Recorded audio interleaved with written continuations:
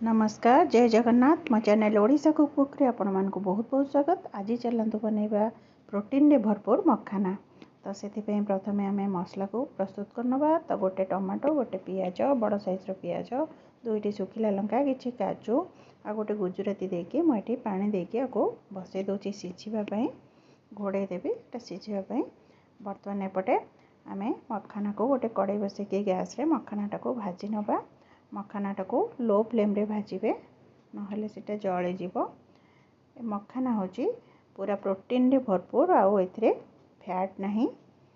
तो देखंतु टिके मु छाड़ी देली तो टिके लगी गला एठी मु टिके गुआ घी बुले नउची। गुआ मखानाटा हे गला परे एथिरे गुआ घी बुले नउची। गुआ घी रो वासनाटा बहुत बढ़िया आसे। तो गुआ घी टिके बुले के गुआ टिके भाजी नबा।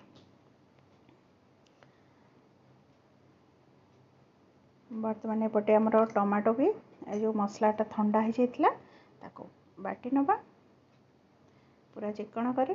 एपटे गुंड मसला आमर हलदी लुण आउ काश्मीरी मिर्च आउ करी पाउडर हो बा मीट मसला हो को मु जहाँ आप देपारे मुझे करी पाउडर देती भलसे गोल रखी नेली। बर्तमान गैस रे कड़े बसैकी तेल पकईकी से जीरा गोटे तेजपत्र पकई नेली। बर्तमान ये देदेवी टिके अदा रसुण पेस्ट। अदा रसुण पेस्ट आप तरकारी क्वांटिटी अनुसार ने। तो बर्तमान ये मुझे दूची आम जो बटा मसला थिला ताको दे दूची। मसलाटा को आपण लो फ्लेम रे बा मीडियम फ्लेम रे को कसिबे नचेत जेहेतु काजू बटा है सेटा पूरा लगी जीव तले पोड़ी जीव।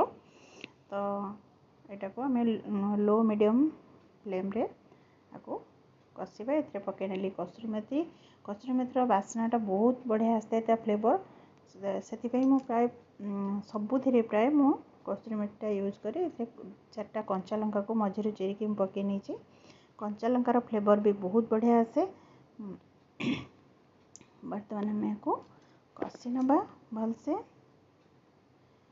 कषि नेला परे एथिरे मु देदेवी जो गुंड मसला थिला गोले की रखी थी ताको देकी भलसे कषि नेबी।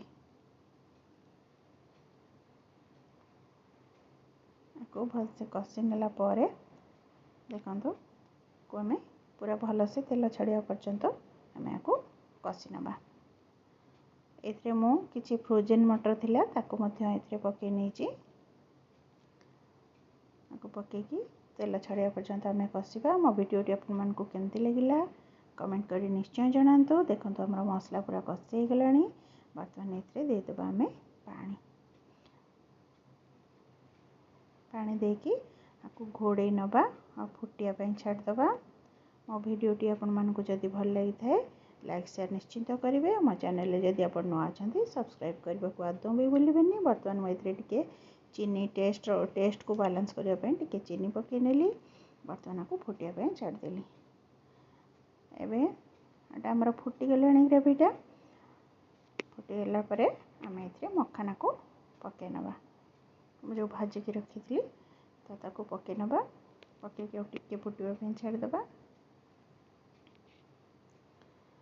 मखानाटा पकेला बेले एमती एता फुटी गला परे एटा पूरा स्क्वीज हो जाउची पूरा छोट छोट हो जाउची। वर्तमान हमर फुटी गलानी। वर्तमान गैस रो फ्लेम को बंद कर दबा। एथिरे हम पकई नेची मैगी मसला एटा पूरा टेस्ट को पूरा बहुत बढ़िया टेस्ट आसता है यार। आपन को निश्चय भी यूज करंतु। आउ एठी मो पकई नेली गरम मसला गुंड और धनिया पत्र। तो आमर प्रस्तुत हो गला मखाना। मो वीडियोटी आपन मानकु केमती लागिला मते कमेंट करी निश्चय जनातु। मो आज पई रहउची जय जगन्नाथ।